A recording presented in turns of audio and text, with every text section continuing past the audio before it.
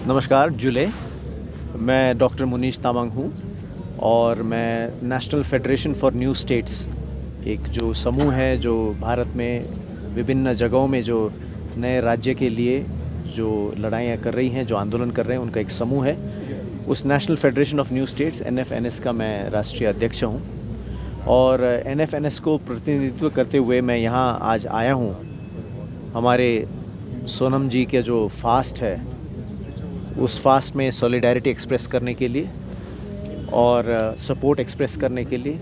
और NFNS आपके साथ है और हम जितने अन्य मूवमेंट के लोग हैं सब आपके साथ हैं, ये एक्सप्रेस करने के लिए मैं यहाँ पर आया हूँ। और कल यहाँ लद्दाख में, लेह में आने के बाद हमारी जो लेह की एपेक्स बॉडी है उनके साथ भी एक मीटिंग हुई और लेह के एपेक्स बॉडी के जो कार्य है इस समय, उनका जो आंदोलन है उसके बारे में हमने सुना और उसको भी हमने सपोर्ट एक्सप्रेस किया। संपूर्ण अनकंडीशनल सपोर्ट हमने एक्सप्रेस किया है और मुझे ये बड़ी खुशी है इस बात की कि यहाँ लेह में मैं देख रहा हूँ कि इस मूवमेंट में, इस मुहिम में संपूर्ण कम्युनिटी इसमें लगा हुआ है। कम्युनिटी के हर एक तबका इसमें लगा हुआ है, हर एक सोशल पॉलिटिकल ग्रुप्स इसमें जुड़े हुए हैं। ये बड़ा एक प्रेरणादायी है।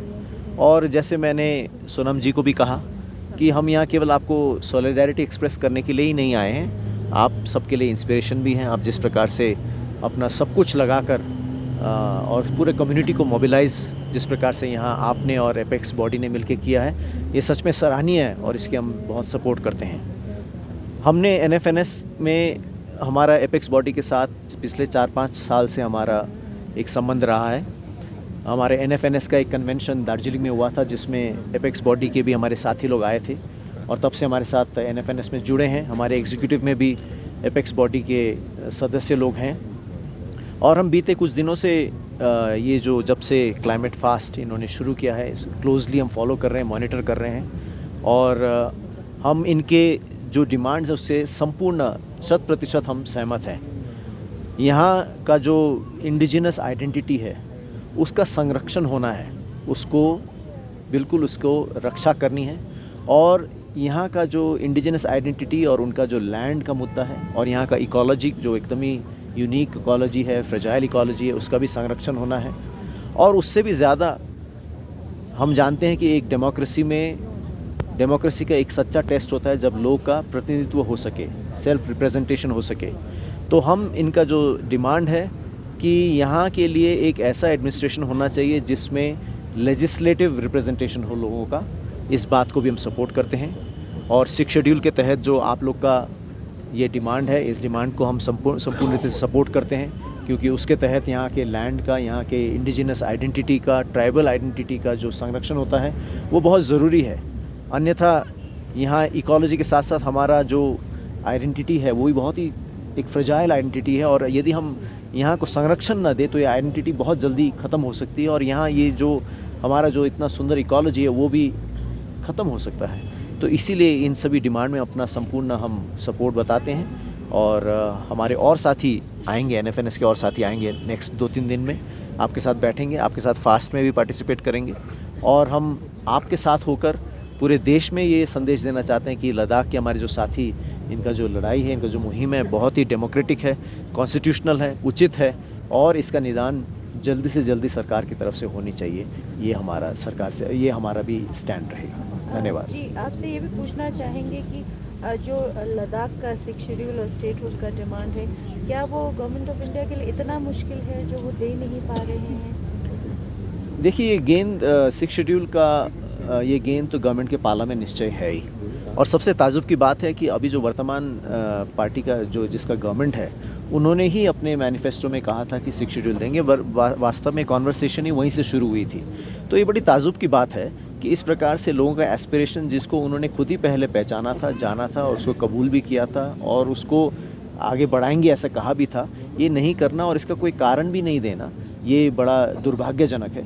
और हम NFNS की तरफ से इसके प्रति बहुत खेद प्रकट करते हैं। We think it is very unfortunate and we really regret the government's inaction on this. और हम फिर से यहाँ आप सभी के माध्यम से और यहाँ आकर हम यही गवर्नमेंट को अर्ज करना चाहते हैं कि इस डेमोक्रेसी में लोगों का जो जेन्युइन डेमोक्रेटिक कॉन्स्टिट्यूशनल एस्पिरेशंस हैं उसको एड्रेस किया जाए और एड्रेस करके उसका जो उचित निदान है वो पाया जाए।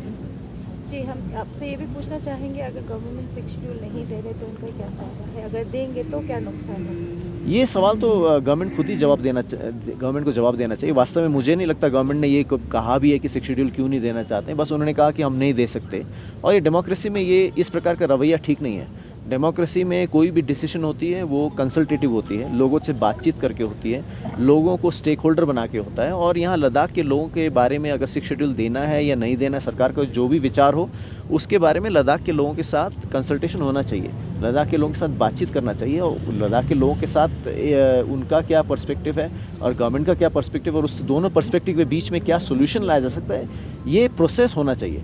मगर हमें दुख की बात ये है कि जो टॉक्स हुए थे वो फेल हो गए, क्योंकि गवर्नमेंट ने बिल्कुल स्टॉल कर दिया, गवर्नमेंट ने बिल्कुल आगे बात बढ़ाना बंद कर दिया। तो ये बड़ा दुर्भाग्यपूर्ण बात है। इसलिए हम गवर्नमेंट से फिर से यही अपील करते हैं कि पुनः इस चीज़ को शुरू किया जाए और कंसल्टेशन को शुरू करके जो गवर्नमेंट लोगों का जो एस्पिरेशन है उसको फुलफ़िल किया जाए। सर, जो अभी अनशन चल रहा है, अभी ले डिस्ट्रिक्ट के लोग ही पार्टिसिपेट कर रहे हैं। यहाँ का पॉपुलेशन आपको बता दूँ लगभग 1.5 लाख के करीब बताया जाता है। तो इसमें इतना जो पार्टिसिपेंट देख रहे हैं, तो अब इसको किस तरह से देखते हैं? क्या लोगों का सपोर्ट इसको मिल रहा है या कम है, क्या बोलते हैं? नहीं, लोगों का सपोर्ट बिल्कुल है। कल मेरी एपेक्स बॉडी के साथ भी बातचीत हुई, और मुझे जान के बड़ी खुशी हुई कि एपेक्स बॉडी में यहाँ हमारे क्षेत्र के प्रत्येक समूह का, चाहे सोशल हो, रिलीजियस हो, पॉलिटिकल हो, प्रत्येक समूह का पार्टिसिपेशन है। और एपेक्स बॉडी में जितने समूह जुड़े हैं उनका भी, और अन्य संगठन उनसे जुड़े हुए हैं। तो मुझे ये देख के तो बहुत अच्छा लगा कि पूर्ण सॉलिडारिटी है, फुल यूनिटी है लोगों में, और लोगों में सब में एक ही पर्पज़ है, और वो ये है कि जो यहाँ के लोगों का संरक्षण होना चाहिए, यहाँ की आइडेंटिटी का संरक्षण होना चाहिए, यहाँ के लैंड का संरक्षण होना चाहिए, इकोलॉजी का संरक्षण होना चाहिए, और यहाँ के लोगों का लेजिस्लेटिव रिप्रेजेंटेशन होना चाहिए।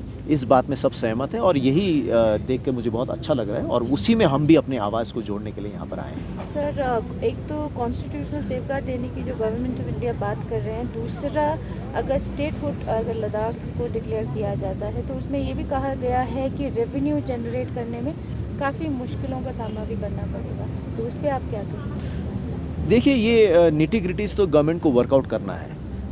सबसे पहली बात इसमें ये है, जहाँ तक रेवेन्यू की बात है, ये तो हम जानते हैं भारत में बहुत सारे स्टेट्स हैं जो रेवेन्यू डेफिसिट हैं, बहुत सारे स्टेट्स हैं जिनकी आर्थिक हालात ठीक नहीं है। क्या गवर्नमेंट उनको डिसॉल्व करने की सोच रही है? क्या गवर्नमेंट सोच रही है कि उनको और हम स्टेट नहीं होने देंगे, हम उनको डिसॉल्व कर दें? ऐसा तो नहीं है। तो ये सब गवर्नमेंट की तरफ से कुछ बातें हैं जो नहीं देने के लिए गवर्नमेंट उठाती है बातें। मगर मेन बात हम ये कहना चाहते हैं कि वर्तमान गवर्नमेंट ने ही इस मुद्दा को रिकॉग्नाइज़ किया था, वर्तमान गवर्नमेंट ने ही यहाँ गवर्नमेंट बनाने से पहले अपने मैनिफेस्टो में भी डाला था। तो आज गवर्नमेंट का ऐसा क्या परिवर्तन हो गया दिमाग में, ऐसा क्या विचार में परिवर्तन हो गया? या तो वो खुला बताएं या वो स्पष्ट बताएं कि इन कारणों से हम नहीं कर सकते। केवल इसको डिले करने से, केवल इसको इग्नोर करने से या इसको अवॉइड करने से होगा नहीं, क्योंकि डेमोक्रेसी में जनता की आवाज़ सबसे बड़ी होती है। और आज यहाँ लद्दाख के जनता ने दिखा दिया कि वो यूनानिमसली इस आवाज़ में सबने एक होकर दिखाया है। तो government as a democratic institution should also recognize this and should constantly engage the people and find a correct solution for the situation. Constitutional safeguard देने की बात चल रही है, उस पर क्या? कॉन्स्टिट्यूशनल सेफगार्ड का ही तो ये मुहिम है। आज जो सोनम जी जो फास्ट में है, ये कॉन्स्टिट्यूशनल सेफगार्ड के लिए है। हम चाहते हैं कि यहाँ तो अब जो इस समय यहाँ पर है, हमारा जो इकोलॉजी है, हमारा जो आइडेंटिटी है, ट्राइबल आइडेंटिटी है, बहुत ही नाजुक है ना हमारा आइडेंटिटी यहाँ पर। तो इसको जब तक सेफगार्ड कॉन्स्टिट्यूशन की तरफ से नहीं मिलेगा, तब तक यहाँ अब हमारा सारा भविष्य ही खतरे में और अंधकार में है। तो इसीलिए मैं सोनम जी को फिर से कॉन्ग्रेचुलेट करना चाहता हूँ कि उन्होंने, और आप सबको भी कॉन्ग्रेचुलेट करना चाहता हूँ कि आप सब ने ये मुद्दा को करेक्टली आइडेंटिफाई किया है, क्योंकि ये आज आपके अस्तित्व की, आपकी एग्जिस्टेंस का एक लड़ाई है। ये केवल कोई सत्ता के लिए लड़ाई नहीं है, ये केवल कोई कुछ चीज़ हासिल करने के लिए, कोई भौतिक चीज़ों को हासिल करने के लिए, कोई पैसा हासिल करने की लड़ाई नहीं है। ये अपने अस्तित्व का, ये अपने वजूद की लड़ाई है, और इस लड़ाई को आप लोग ने करेक्टली पहचाना है, और आप लोग सब लोग लगे हैं इसमें, और गवर्नमेंट को भी इस चीज़ को जानना चाहिए। हम भी आपके साथ इसमें संपूर्ण रीति से लगे हुए हैं। Thank you. Thank you.